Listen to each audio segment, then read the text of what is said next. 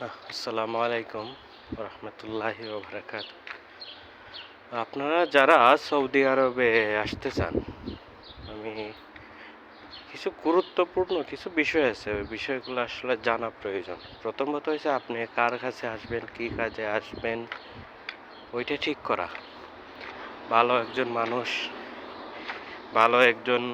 ভালো একটা কাজ নিয়ে আসবেন অবশ্যই। তারপর হয়েছে কি আপনার এই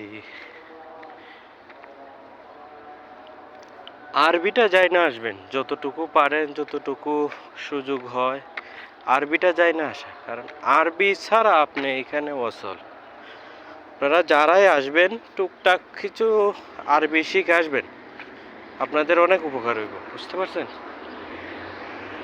আরও কিছু বিষয় আছে, আমি আপনাদেরকে খুলাসা করে বলবো। এখন আমি নামাজে যাইতেছি আর কি। আসসালামু আলাইকুম।